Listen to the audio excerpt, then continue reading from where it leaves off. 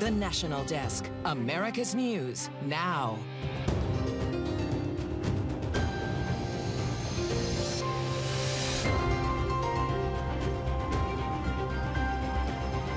Developing now, object invasion. Congress briefed on the increased surveillance in North American skies, leading to more questions and criticism. And I think it probably served the country well to have the president explain what's going on.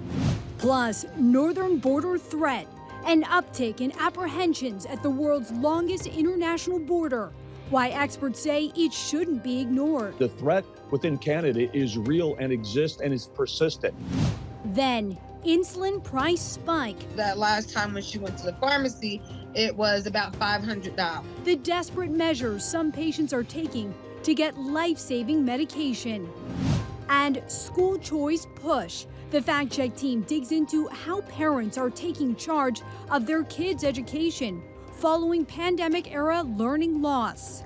From the nation's capital, this is the National Desk, America's News Now. I'm Dee Gatton. Thanks for being with us. On this weekend edition, we take a look at the big headlines of the week and look ahead at what to expect, starting with the 4 big stories we've been following all week. Ukraine under attack, Russian missiles hitting major infrastructure, new warnings of larger attacks as Americans question the cost of war, targeting repeat offenders, committing high-profile crimes, the balance over who should do time and who should go free. Residents outraged after a toxic train derailment. The latest in the investigation as past chemical spills are revealed. Economic troubles sticking around. New reports show inflation remaining stubbornly high. The details revealing the true price pinch for American families. But we begin with the debt ceiling debate. Congress will need to act soon to avoid default. July to September is marked on their calendars as the projected point when their credit could run out. The National Desk Atra El-Nashar explains how this could trigger an economic crisis. Leaders in Washington in a standoff about how to confront government spending that's accumulated $31.4 trillion in debt since the country's founding. Republicans blaming Democratic spending. It's not a revenue problem, it's a spending problem. Democrats point to Republican tax policies. These tax cuts have already added $2 trillion to the federal deficit. A new report from the nonpartisan Congressional Budget Office projects the U.S. is on track to add $19.6 trillion to the gross federal debt, to total $52 trillion at the end of 2033. About 11% of that sum would be debt held by government accounts, a portion the CBO says does not affect the economy. It weakens our economy, meaning we have slower growth, lower wages, lower standard of living. And it leaves us dependent on foreign countries who lend us a lot of the money that we need to cover all of our spending. Maya McGinnis, president of the Bipartisan Committee for a Responsible Federal Budget, says both are contributing, but the debt's been exacerbated more by tax cuts than new government spending programs. However, the biggest area that is driving this debt is actually programs already on the books, our retirement and healthcare programs, which are growing faster than other parts of the budget. Trustees have long warned that without changes, these programs risk insolvency. Experts like McGinnis have proposed slower growth of benefits for the wealthy or lifting the payroll tax cap to raise revenue. As we all apparently agree, Social Security and Medicare is off the books now, right? They're not to be sponsored. Changing benefits has quickly become a taboo subject in Washington, and plans to seriously rein in the debt are far from concrete. And keeping an eye on your money this week, Americans ramped up their spending at stores and restaurants at the fastest pace in nearly 2 years, according to a new report from the Commerce Department. Retail sales jumping 3% in January, showing resilience in the face of inflation and rising interest rates. Car dealers and furniture stores saw the biggest gains. Meantime, Americans are relying on credit cards now more than ever. Look at this. Credit card debt hit a record high in the last quarter, coming in at $986 billion. The average credit card APR has also skyrocketed to nearly 22%, meaning it will take Americans even longer to pay off their balance. Now to the war in Ukraine. A new survey shows Americans aren't as supportive as they used to be when it comes to giving the country weapons to fight against Russian forces. According to the Associated Press Newark Center for Public Affairs, about 48% say they're in favor. Last May, it was 60%. Ukraine will likely conduct a major offensive attack against Russian forces this spring. U.S. Secretary of Defense Lloyd Austin discussing aid for the war-torn country with NATO defense ministers in Belgium. He noted that Moscow is deploying more troops, many of them ill-trained.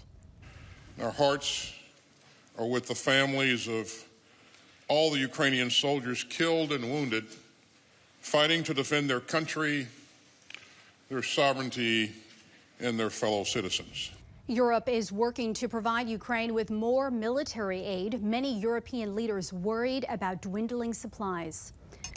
High-profile crimes linked to people with criminal histories, in some cases hitting communities that have never dealt with it before.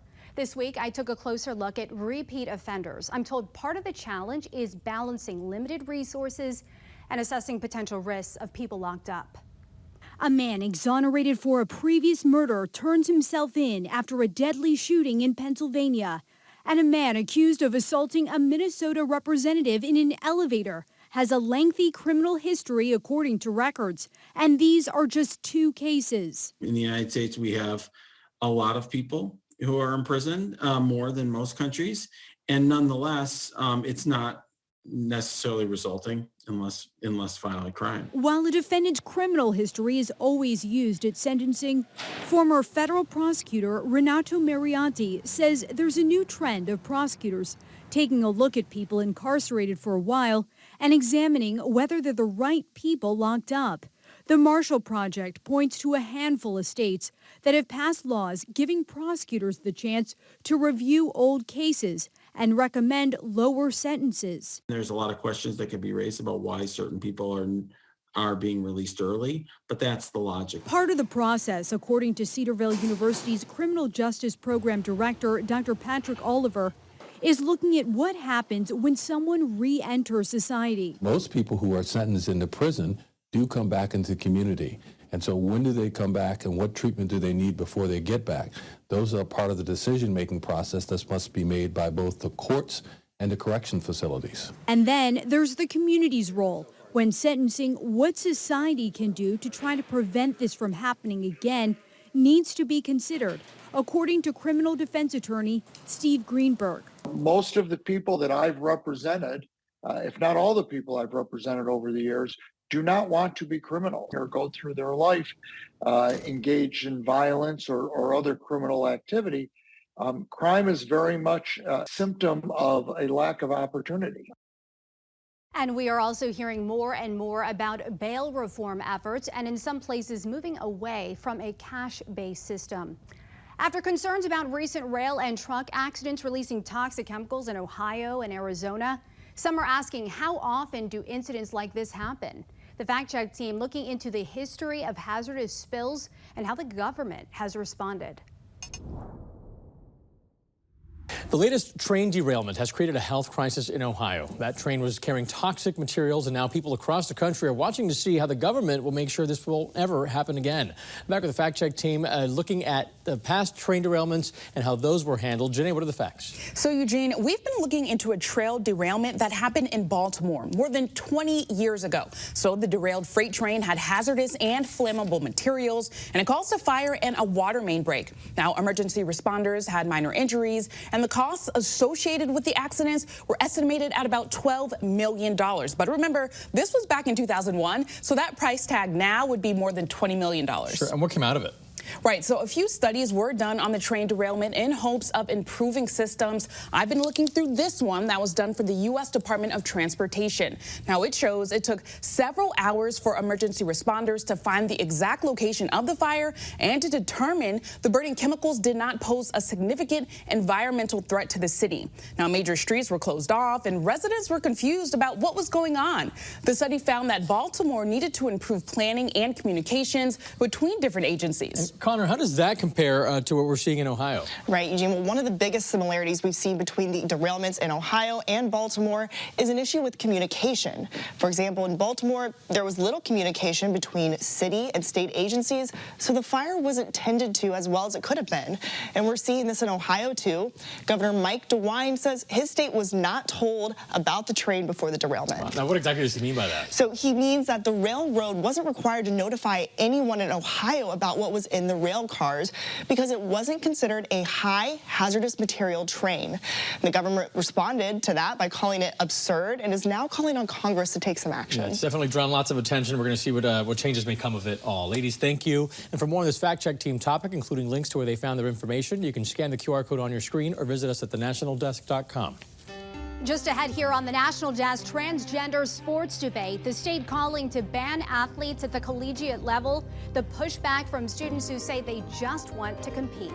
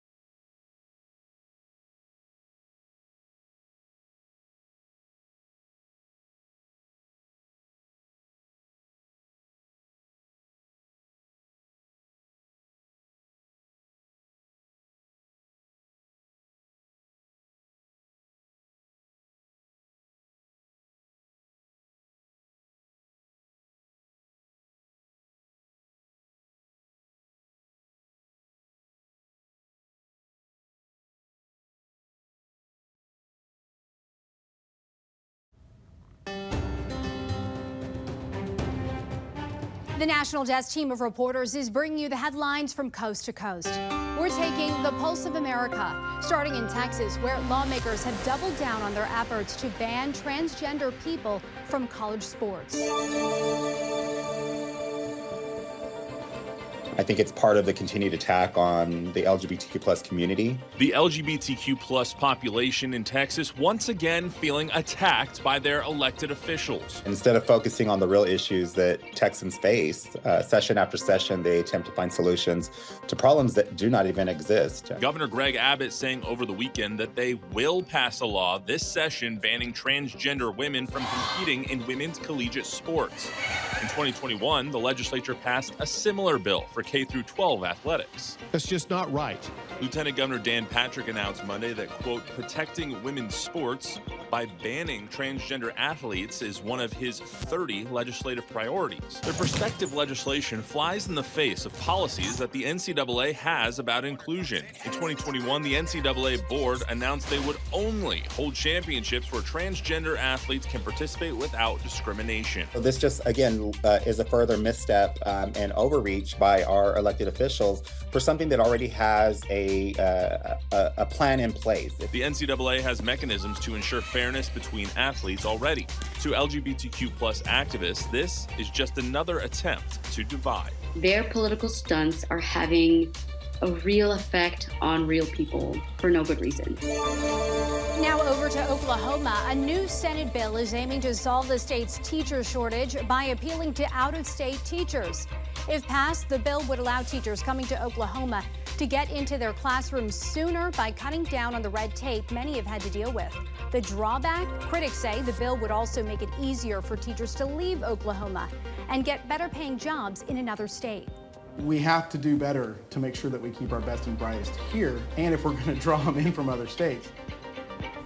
State Senator Adam Pugh, who introduced this bill, says he will also propose another bill that would increase teachers' starting pay to $40,000 a year, with increases every 5 years. In California, the above-average rainfall and heavy mountain snow is bringing the state one step closer to ending its relentless drought. The last 3 years have been the driest on record, but this winter brought new hope. Right now, the Central Sierra snowpack is more than 200% above average, and rainfall in the Central Valley is at 166% of normal. Despite the improvement, the valley is still in a moderate drought, and we're told getting out of that may take some time. These droughts are multi-year events. and it takes more than 1 year to recover. If we get a couple more storms this year, we'll be getting closer to being out of the drought. According to the National Integrated Drought Information System, 26 states have been experiencing a moderate drought or worse this week. Just ahead, America's border crisis, the debate within the GOP on how to handle migrants, plus growing calls to impeach Homeland Security Secretary Alejandro Mayorkas. And later, insulin price spike, the desperate measures some patients are taking to get life-saving medication.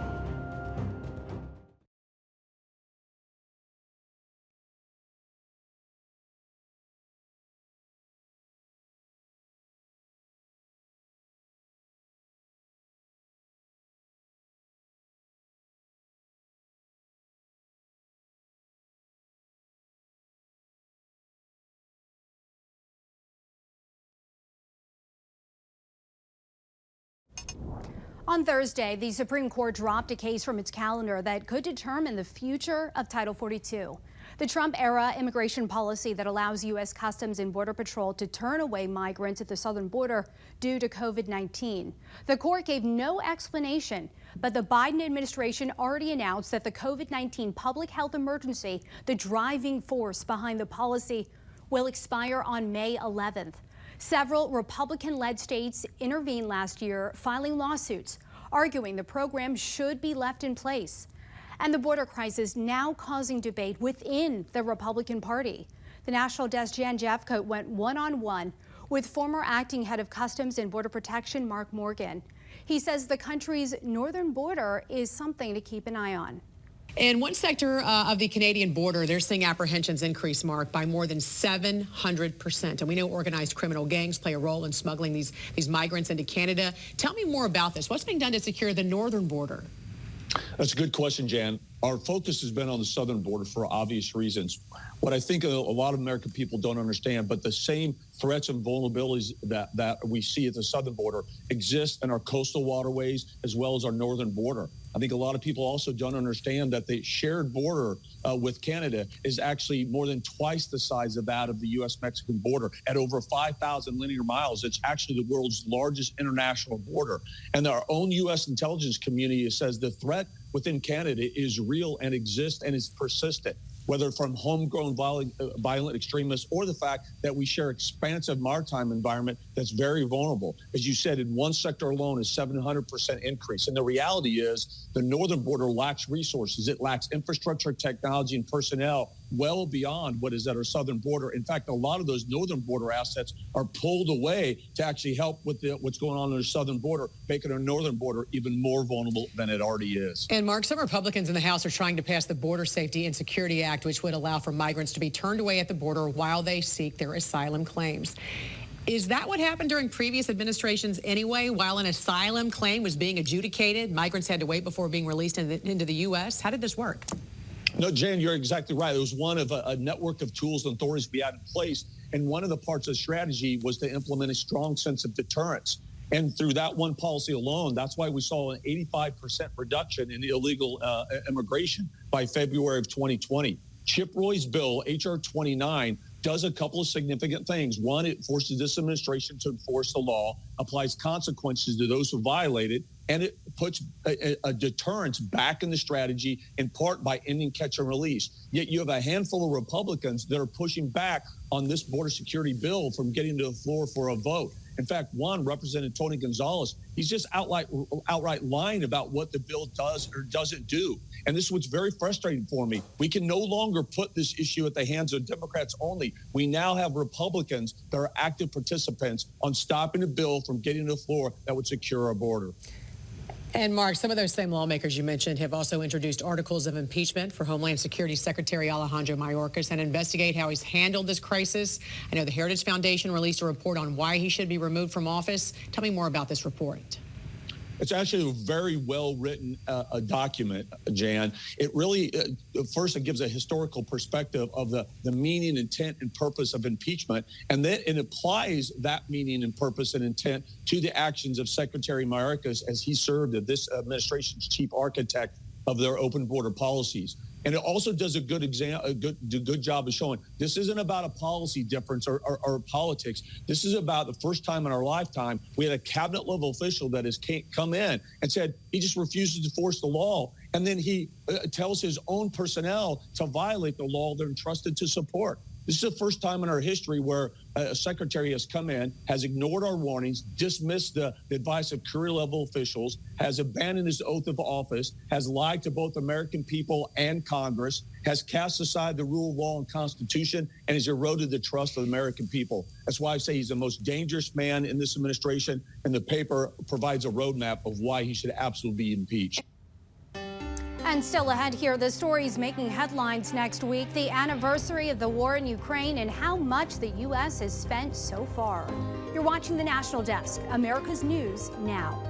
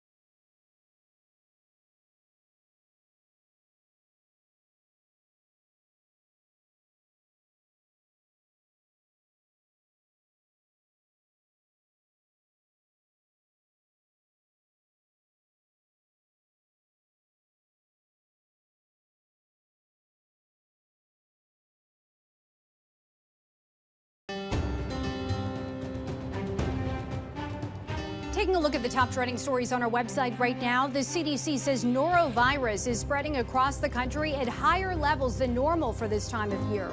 It's the leading cause of foodborne illness in the U.S. and is highly contagious, causing symptoms similar to the stomach flu. And a new letter released in the Gabby Petito murder case. An attorney representing her parents says that letter reveals Brian Laundrie's mother offered to help bury the body. Laundrie died by suicide after officials say he admitted to the murder. The letter was found among his belongings when his body was discovered. Plus, the family of Bruce Willis revealed Thursday the actor has been diagnosed with frontotemporal dementia. It's the most common dementia for people under 60.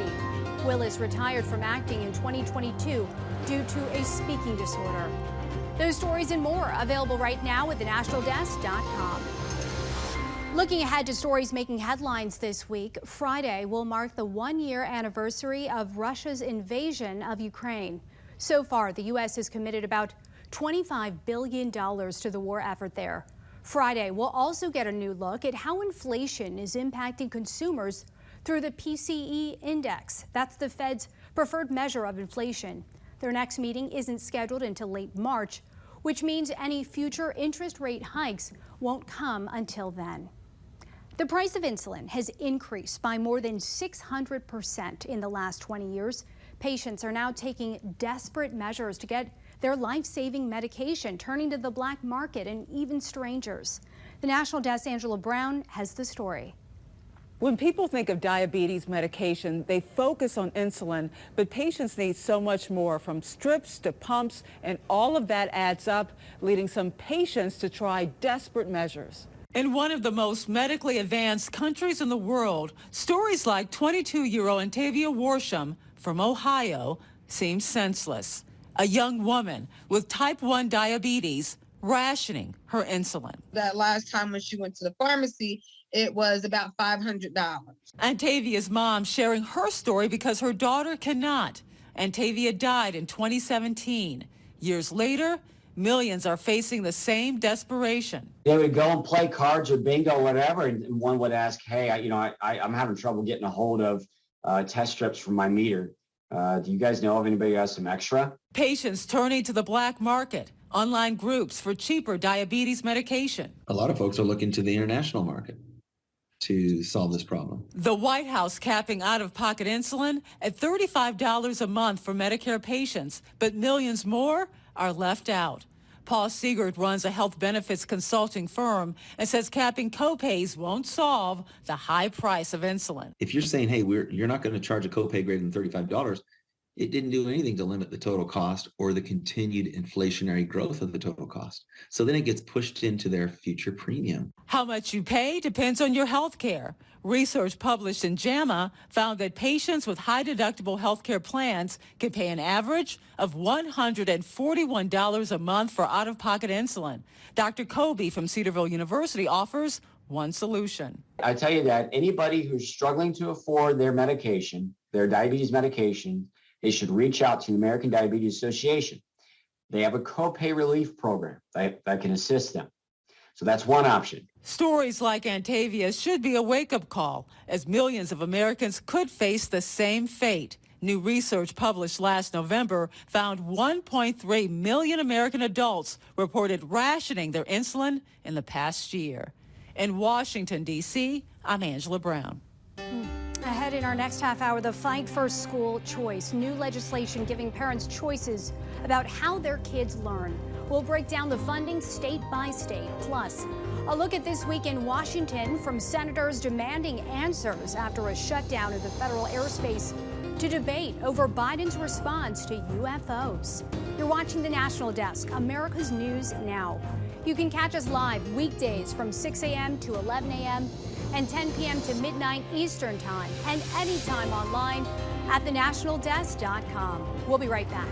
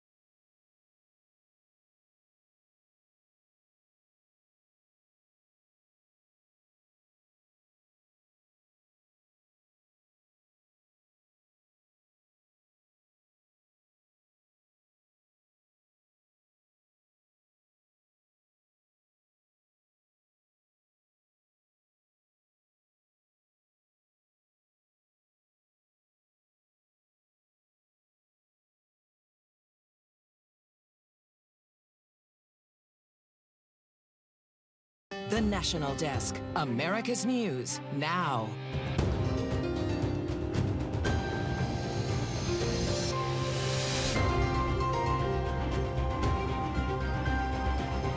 We don't have any evidence that there has been a sudden increase in the number of objects in the sky. President Biden explains why he chose to shoot down several unidentified objects as the U.S. amps up air surveillance. Plus, record unemployment reveal why the job seekers market could be contributing to stubborn inflation, even though salaries aren't getting any higher. Then, a mental health crisis among border agents, digging deeper into the effects of the job, the tragedy affecting communities across country lines. From the nation's capital, this is the National Desk, America's News Now.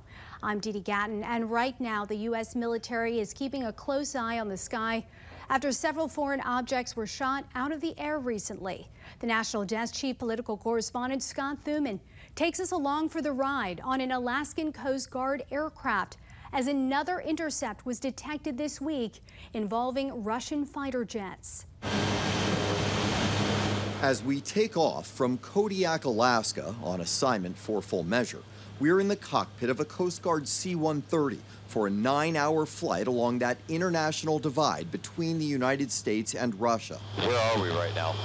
Right now we're just pretty much north of Kotzebue, Alaska. We checked where the ice line was. Now we're just patrolling the line to find out what vessels are even out here.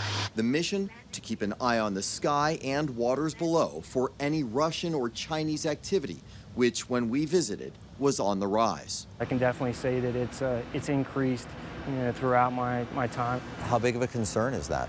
We certainly take that responsibility seriously to be out there. This week, another intercept as North American Air Defense Forces spotted several Russian bombers and fighter jets in airspace near Alaska. While it was not deemed a threat, it highlights increased concerns after U.S. fighter jets recently shot down a Chinese balloon and other foreign objects over U.S. territory, prompting closed-door classified briefings. First, I just want to compliment the Alaska forces. They have been really busy. Alaska Senator Dan Sullivan. We have to have systems and capabilities that can pick up a slow-moving balloon, that can pick up a hypersonic missile. Back in Alaska, we also spoke with fishing vessel captains who'd had tense run-ins with Russian military, telling them to leave international waters. What's going through your head as that moment is occurring, right? You've got Russian airplanes flying overhead, buzzing you close enough that you say you could throw a rock and hit them. At that point, I thought anything was possible with these guys. Are we going to war? The last frontier, the last line of defense, getting renewed attention. In Washington, Scott Thuman for the National Desk. Senators are demanding answers from the Federal Aviation Administration after last month's shutdown of the national airspace. More than 10,000 flights were delayed or canceled due to a computer system failure, forcing the FAA to issue its first nationwide ground stop since 9/11. The agency says accelerated efforts to upgrade the NOTAM safety messaging system will mostly be completed by mid-2025. But vulnerabilities remain in the system, which is responsible for providing pilots with critical pre-flight safety information. Could I sit here today and tell you there will never be another issue on the NOTAM system? No, sir, I cannot. What I can say is that we are making every effort to modernize and look at our procedures. Acting Administrator Billy Nolan has ordered a sweeping review of the agency, all sparked by a series of recent close calls, near misses, and technical issues impacting U.S. air traffic. Turning now to the state of the labor market, the unemployment rate now falling to its lowest level in 54 years. This week, the National Desk Jan Jeffcoat sat down with former White House economic advisor Steve Moore to discuss how labor market conditions could impact inflation. Steve, we've had eight, count them 8, rate hikes in 11 months. What's happening here with job growth, even as we continue to see these interest rates rise? Yeah, the real question, Jan, right now is will there be a 9th and a 10th and 11th rate hike, which is something that's worried the stock market and investors. Look, it's a good news and bad news story. The good news is that, as you pointed out, it's a very strong job market right now for workers, no question about it. There are something like 10 million job openings across the country, which is near a record high. So this is a good time to be looking for a job. No question about it. That's really good news. The not so good news is what you were talking about a little bit earlier on the show, which is that workers are still feeling a kind of financial stress, a squeeze out there. You were mentioning earlier the fact that a credit card debt is continuing to rise, where Americans are not able to keep up with the pace of inflation with respect to their paychecks. So more and more Americans are amassing credit card debt. And Jan, this is my one piece of advice to the viewers is, if you've got a financial squeeze, running up your credit card is not a good way to borrow, because, some of those credit card companies will charge you 15, 20, even 25% interest on that debt. We now have about $1 trillion of credit card debt. The other thing I would mention is that a lot of people now are, because of this kind of financial squeeze of higher prices, they are taking money out of their 401k plans.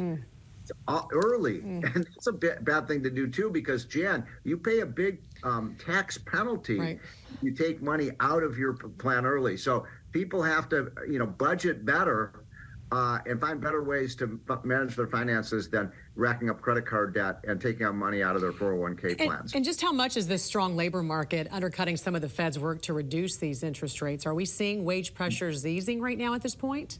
Well, that's a great question, Jan, because you would think that because, it's a market for the workers rather than the employers. I mean, employers are trying to find workers. You would think that that would start to cause wages to rise faster, but they really haven't risen as much. And so we'll see. You have to ask me that question over the next couple of months. Are we starting to see wages to rise? Because so far, wages continue to fall behind inflation. And that's the very reason that you're seeing that kind of financial stress right now. And of course, the other big, black cloud out there is this massive national debt that's risen now to $31.6 trillion, Jan.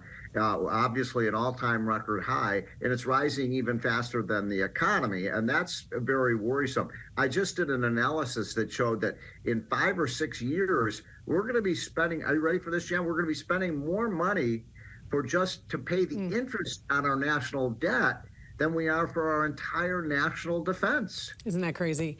Yeah. And one thing you've also talked about as well is the labor force participation rate. Barely changed right now at 62.4%, meaning there's still plenty of people who can work but choosing not to. What does this tell you about the overall health of our economy? Yeah, where are the workers? Where are the workers? I was talking to the people at the Labor Department, and they estimate that if we just had the normal labor force participation rate of adults who are employable, that we'd have about 4 or 5 million more Americans working.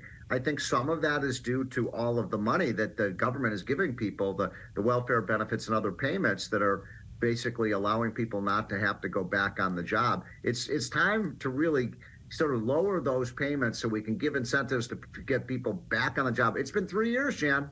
3 years since COVID hit. And we have a lot of people who haven't worked now in 3 full years, and they're getting these government benefits. So it's time to get people back to work. All right. Former White House economic advisor Steve Moore, always great to see you. Okay. Hope you have a great week. Thanks for joining us. Following pandemic-era learning loss, some parents now taking charge of their kids' education. The fact-check team digging into which states are giving students options as parents push for school choice legislation. Research shows many students have experienced learning loss due to the shutdowns of the COVID-19 pandemic. This is driving some parents towards school choice and exploring different options for their child's educational needs. Our fact-check team joining us now to discuss. And Janae, right now, school choice policies, they're really having a moment. Right. So, Dee, 32 states and D.C. have some sort of policy supporting school choice. Now, according to Ed Week, that ranges from tax credits for parents who switch to different schools, private school scholarship programs, and education savings accounts. And we know to expand that even further, there's a push for more funding so your child has more options when it comes to school. Right. So at least 11 states have introduced or passed school choice bills. Now, this includes Virginia, Idaho, and South Carolina, just to name a few. And a lot of the states following Arizona's lead, where every student now has access to state education funding and can use it for different educational options. And we know there is a lot of funding. How is that money allocated? Courtney, I know you've been looking into that. The new law allows every student and their family an empowerment scholarship account, which means if a family decides not to send a student to their public district or charter school, they'd receive 90% of the public funding to use for things like private school tuition, tutoring, or future education expenses. Arizona was the first state to create education savings accounts, and now they're the first to have this universal program. And when we look at Arizona, do we know how much does each student get? The state estimates each student in the program would get around $7,000 this year. And as of yesterday, over 47,000 students in Arizona have this account. Now, keep this in mind. Former Republican Governor Doug Ducey signed this into law back in July, but Arizona now has a new Democrat governor, Katie Hobbs. Her budget calls to repeal the universal status and go back to only allowing the funds for students with special needs. But with the Republican-controlled legislature, leaders say a repeal won't happen.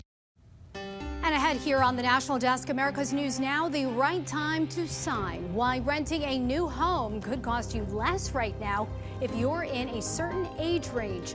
And recruiting struggles, the dire need to find first responders across America. We're going to take a closer look at one city's major shortage.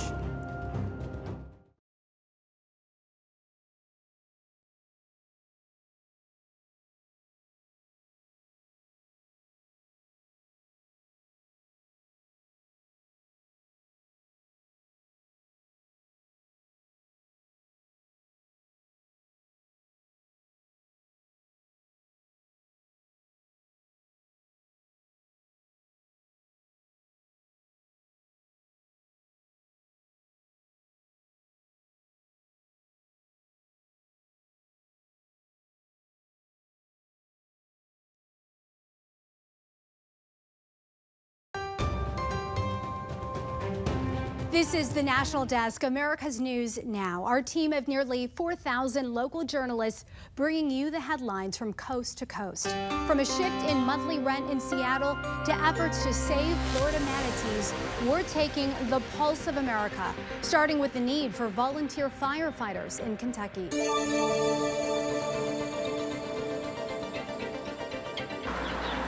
In the small town of Petersburg, Kentucky, the volunteer fire department is struggling to serve its people. It's not fair to the community to know the fire department's there and think somebody's going to be able to respond and not. Chief Bill Burkwell says they don't have enough people to man the station. At 73 years old, he's ready to leave. There's no way I could go and rescue somebody, because I'm too old. The department is at risk of closing without more volunteers. Volunteerism isn't what it used to be. It's a nationwide issue. We've lost a lot of volunteers. For the first time, Ohio is using a task force to improve the volunteer fire service. These are just some examples of issues departments across the state are running into. We will soon have volunteer fire departments in Ohio disappear. With 70% of the state's fire departments in Ohio volunteer run, that's a big problem. You can't get that far away from any metropolitan area without having the services of a volunteer fire department.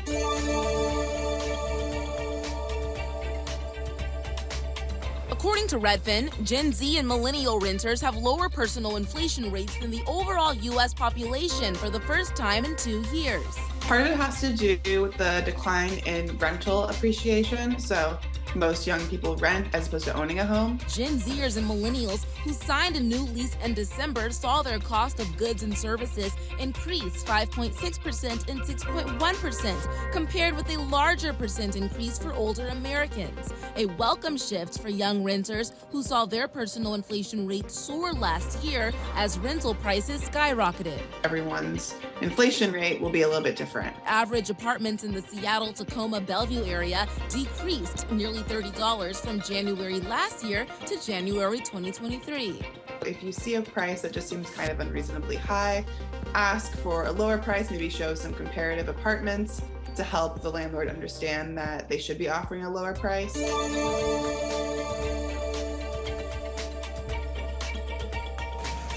As long as we can help sustain the population, this is fantastic. There's plenty of romaine lettuce in this field near Belglade. Most of it goes to schools, cruise ships, restaurants, and supermarkets, but some of it will go to feed starving manatees. TKM Bengard Farms is the largest grower of romaine lettuce in the eastern U.S. We've had a great season this season. Each week, the state buys about 3,000 pounds of romaine lettuce to feed manatees. Support the manatees. That's just a wonderful program to be a part of. Lettuce feeds manatees in the Indian River Lagoon near Melbourne, a primary habitat here on the east coast of the state.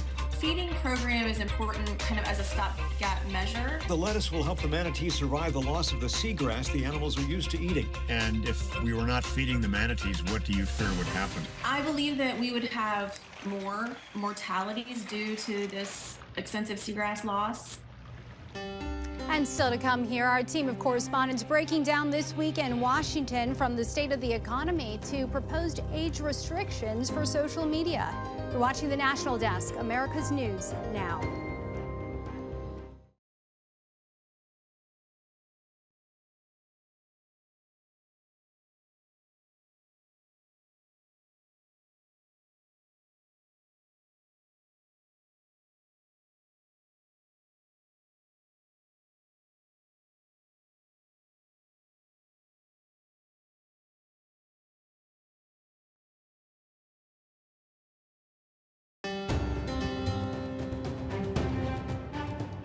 Welcome back. Our Washington Bureau covers the nation's capital every day to report on the important issues facing the country and how they impact you. The Bureau's correspondents are here with their insights on the stories that they've been covering. Scott Thuman, our political correspondent, our chief political correspondent, unidentified flying objects in the news last week. What's the latest? Well, it's interesting because the White House had been under a lot of pressure to address this publicly. The press secretary had, but not the president. You had members from both parties saying it's time for him to come to the cameras and explain what exactly has taken place over the past couple of weeks, where we've had U.S. fighter jets shooting down multiple quote-unquote foreign objects out of the sky, but also initially that Chinese suspected spy balloon. The president saying that's indeed what that first one was, but admitting that we don't know exactly what the other three were, still trying to recover the remains to determine that, but that they could very well be for research or maybe even recreation through private companies. So that's something that the White House has to look into. They promised that there's going to be a new set of rules and regulations that agencies are going to get together on, create out of a, kind of a comparing of notes and determine what exactly needs to be put into place to prevent incidents like this from happening in the first place. But there are other questions. For example, what are those first three, the other three, that we didn't know about? What about the fact that we are seeing more? Is it because there are more in the sky right now, or we're just better at detecting them? And then, of course, what else the White House should be doing about all of this? Ultimately, the criticism has been that the president was perhaps too slow in shooting the first time and then trigger happy, the other three. A lot of debating and dissecting. We'll have to wait and see. There's still a lot to learn on this. And turning to the economy, national correspondent Atra Elnishar covering new inflation numbers this past week. What does it mean for the economy moving forward? Steve, it means that inflation is still just as sticky, if not more so, than we thought this time last month. Look, consumer prices came down less than expected. Producer prices, meaning wholesale costs for businesses, were much, much higher when it comes to inflation rates than many experts anticipated. And we also saw data that shows the demand that's driving all of this inflation is not easing up whatsoever. In fact, retail sales, after declining 1.1% in December, spiked 3% in January, when folks only expected it to go up 1.9%. At the same time, the labor market, which is a key driver in this red-hot economy, is still going strong. Weekly jobless claims still near historic lows. So all of this backs up the Fed's case that they need more interest rate hikes, and they need to keep rates higher for longer once they're done raising them. And national correspondent Christine Frizzau on Capitol Hill, lawmakers calling for restricting or even banning social media. What's up with that? Yeah, this is really interesting. We heard from Senator Josh Hawley, who has proposed legislation, and I actually spoke at length with Congressman Chris Stewart. These are two conservative Republicans who say, you know what, even though most Republicans say less government, not more, we do have laws about when a kid can drive, when somebody can buy alcohol. We need laws on when they can start and go on social media and have accounts. And they have proposed the age of 16. Now, there are a lot on Capitol Hill who say, how are we going to enforce that? This is interesting. This comes as there was a hearing this week in the Senate called Protecting Our Kids Online. And this is one of the most bipartisan hearings I've ever seen. Every senator in the room said, we have to do something. We have to do something now. You might remember former Facebook employee Frances Haugen laid on the evidence how sites like Facebook really try to get kids, they target children and they try to get them to stay online as long as possible. This is the social media, the big tech business model. To keep you engaged, to keep you clicking, that means they can collect more data. That means they can push out more ads and bring in more money. Senators agree something has to be done. Once again, though, with so many things here on Capitol Hill, the way to go about doing it isn't quite set in stone yet. Christine, Atra, Scott, thank you all for your hard work. Didi, back to you. Guys, thank you. Still ahead, border crisis impacts, how the work of border agents is affecting their mental health, and what Congress is doing to help.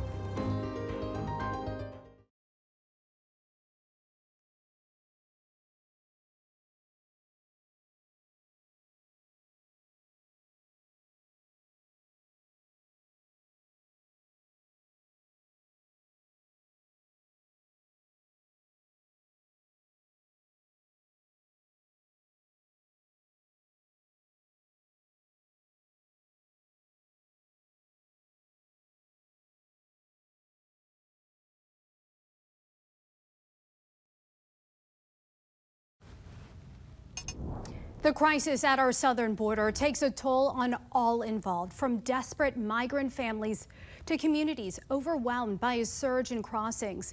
But there's a lesser-known impact on those working to protect the border as well. A record number of border agents died by suicide last year. Our Christine Frizzell explains how Congress is stepping in to prevent more tragedies. Along the southern border, a feeling of heartbreak now looms over the loss of those working to protect it. As 2022 came to a close, 3 border agents within 3 weeks died by suicide, bringing the total for 2022 to 14 suicides. That ties the record since the agency began tracking the numbers. Among them, Agent Robert Boatwright. He was a veteran. His oldest son is a Marine. I mean, you're talking about people that love this country, and yet, he's no longer here.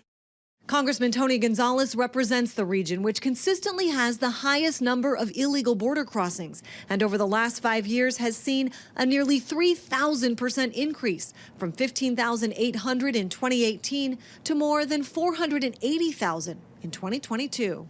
We are seeing an increase in numbers of Border Patrol agents committing suicide. Any idea why that is? I mean, the border crisis is the worst it's ever been. The worst it's ever been. To get a sense of the new reality, Spotlight on America visited Del Rio, Texas, and found a community at times overwhelmed, including for those tasked with keeping it safe. And why is that? Why Del Rio? Well, that's the million-dollar question. We have a large number of migrants that are crossing for the purposes of turning themselves in.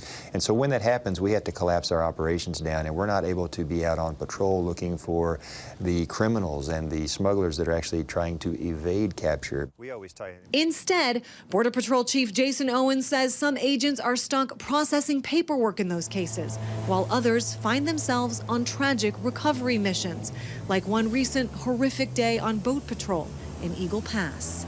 They recovered a 3-year-old body from the river. Mexican forces recovered the mom, and I think it was a 5-year-old that was also deceased.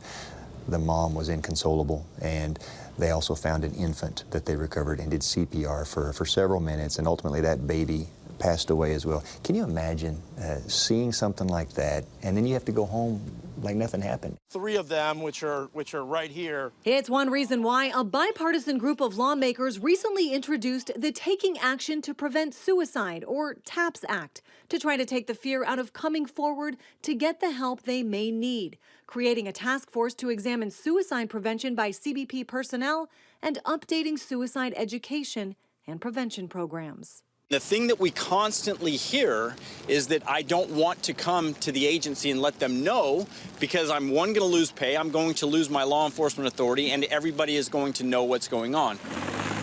In the meantime, border agents keep showing up at a job that has changed drastically, but still centers on keeping the country safe. And those close to them beg the government for new policies and more resources to help keep them safe. For Spotlight on America, I'm Christine Frizzell. And that'll be all for us on the weekend edition of the National Desk. And don't forget, you can catch us live from 6 a.m. to 9 a.m. and 10 p.m. to midnight Eastern Time. You can also watch us online at thenationaldesk.com. Thanks so much for watching. Have a great weekend, and we'll see you back here next week.